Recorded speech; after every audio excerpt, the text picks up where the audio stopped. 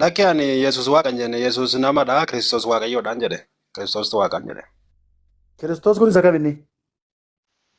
Kiristoos kun isa waaqarraa ilmaan namootaa fayyisuudhaaf bantii waaqaatiif bantii lafaa walitti araarsuudhaaf ergamee dhufedha. Malee inni Yesuus miti Kiristoos sun. Dhaggeeffadhu gaa. Yesuus waaqa miti Kiristoostu waaqaa jette. Kiristoos Yesuus garaagarummaa qabanii? Maqaan sun garaagarummaa qabeeyye. Okay, Kiristoos kan biraadha, Yesuus kan biraadha. Eeshi Yesuus isa Naazireet keessatti dhalattedha. Kiristoosos akkam? Kiristoos immoo ilma waaqayyoo ofii isaatiif abba waaqummaa abbaa isaatiif jinaa isa qixxeessu isa qabu isa nama ta'ee mul'atee maqaan uumaa isaa Yesuus maqaan waaqummaa isaa Kiristoos. Haadha sheerra lama gootee lafa keesse.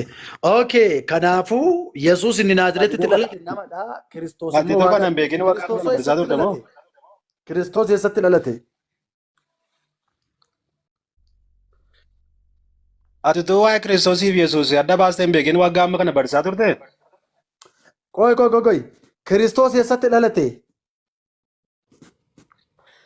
Gaaffii koo maal naa deebisee amoo? Atiituu Yesuus maali? Kiristoos maali? Maqaan kun maali? Wanta jedhu utuu hin beekin waggaa amma kana barsiisaa turte? Eeyyoo jette siin deebisa gaaffii kana. Fedhoo. Baagiraawundii koo duubatti deebitee nan gaafatiin atamma ani hin beeku kaleessa waan an godhe hundatuun hin beekin hojjetaa ture. Isaa kana nan gaafatiin. Dhaggeeffadhu. Okay. Yesuus Kiristoos Utuu hin beekin goote yoo ta'e Naazireet rakkoo keessatti qabu. dhalatedha. Yesuus Kiristoos jedhe. Okay. Yesuus isa Naazireetitti dhalatedha. Yesuusiif Kiristoos tokko miti naan jette. Kiristoos immoo isa waaqarraa dhufedha. Illaa kan isin jedhe Yesuus Kiristoos waaqa guutuudha, nama guutuudhas. Maqaan waaqummaa isaa ibsu Kiristoosidha. Maqaan namummaa isaa ibsu Yesuusidha.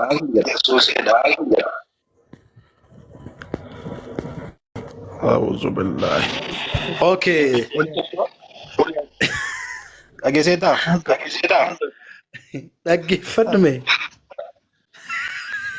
Uumaan ardii fi samii inni cubbuu laaqaaree abbaa ilma hafuurri qaamni sadi waaqaaree inni nuuf jecha du'e ka'e du'as moo'atee guyyaa sadiin sanitti eenyuun lafa too'atee iccitiin du'a waaqaa sobas haa ta'uu dhugaa keessanitti deebina of irraanfatee mugaa diinni erga fannisee harka laatee bahinnaa boqate oduun jettus dhukkubsatee tahinnaa ka'uufis silaan turre ziyaaraa dhaqee tarii fira du'een qabdanii maa kaasuu dhabe garii mergaan korii bitaanuu dubbiin tuni laaqadha inni ajjeesu garuu shakkiin qabu waaqadha qumaara sobaa dhiisaa Yesuus hin beeku du'ee guyyaa sadii miti sekondiif boolla bu'ee hoolota badde duwwaaf saba Israa'el hudhatee dirqama isaa baanan waaqni gara ol fudhate Yesuusin namaa jedhee fannifameeyyuu hin jiru fiilmiin Yahudaa sobaa in gowwoomenaa tiru eenyutu namaaf du'a kijibni kun maalidha innis isiniif takkaa lubbuun tuni qaalidha kan haadhaa oliin jiru mee isin haadhaa du'a kijibaan digiriidha waan takkan qabdan bu'a Yesuus musliima innu maqaan dhalootaa Iisaa isinuun beeku inni jarana cubbuu dhiisa mucaan waaqa yoo jettan namummaa isaa gooltanii haati hoo adaadadhaa maalitti walii ooltanii ilmi Maariyamaa Iisaa Yesuus supheedha itti maaramiin nuti hin beekne jaraaf akkoo ta'itti hiibboon keessan na dhibee natti maa akkam baruu dubartiin ammaa tunniin maaf waaqan deenne garuu waaqni dubartiin deessu ayyaanaaf waan qalanne hangafni dhufaan jiru quxisuun hoon dhalanne ergamoonni waaqayyoo kan isin beekun jiru amantii sobaa hordofaa in manaa binaatiru addamiin irraa kaasee hamma daawitiif muusee gabroota rabbiin ergee musliimaaf galaa kuuse Yesuusis akkasuma Abrahaamis haa ta'u warra rabbiin tokkichatti amanee ragaa bahu Nabi Muhammad illee homaan qaban waan addaa ergamaa dhumaaf dhugaa xannacha keenyaa madda kaayyoon isaanii tokko kennaan jaraa gargaraa dhugaa barsiisuuf dhufan jaarsas ta'ee dardara mana tokko ijaaraa citaa waliin saamanii ergaa fuudhanii fidan musliimotaaf dhaamanii waa'een waaqummaa Yesuus hibboo ta'ee hafuunsaa hoolonni karaa baddee tiiksen immoo rafuunsaa. Yesuus humna maal qabaa itti amannaan fayyisaa. Kaansariin dawaan qabne dhukkubni hamaan isaa. Gabricha waaqatinni siif barsiisaa wayyinna. Waaqni ergachuu beeknan daandiin isaa fayyinna. Namuma akka keessaniin waaqa yoo jettan sirrii. Kun hundi wallaalamoo gowwoomaa jirtu birriin. Namni beela'ee nyaate borumtaa bobbaan ba'u. Obboleessi keenya kun maal isaa waaqa ta'u. Egaa Yesuus waaqa jettanii dandeettiin isaa kamii? Dachii dukkana godhee hin dhaamsaa ifaa samii.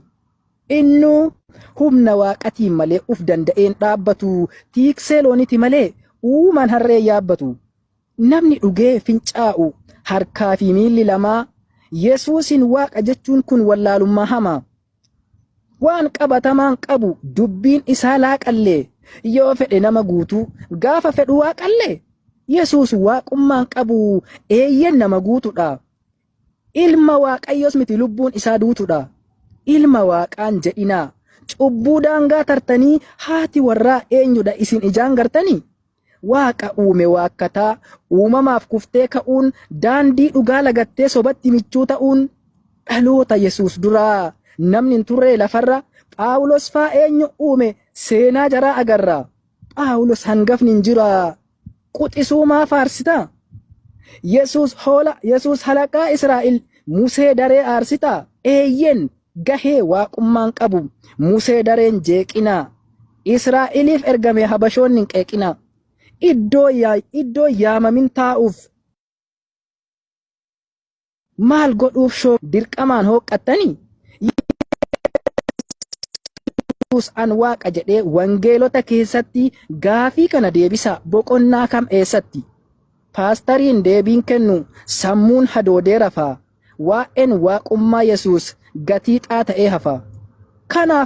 Kanaaf namummaan isaa homaan qabaanne shakkii. Obboleessa jaalannuun waaqan jedhinaa lakki. Yesuus jireenya jedhan itti da'anii karaa. Innuu rabbiin waaqessaa hin afuufinaa dhara. Ilma namaa waaqessaa jaannata galuu feeta. Jaannanni salphaa miti mana qabalee seeta. Amantii dahoo godhee kan dhagaa wal baachisu. Macaafatu eeyyame raammoo akka nyaachisu.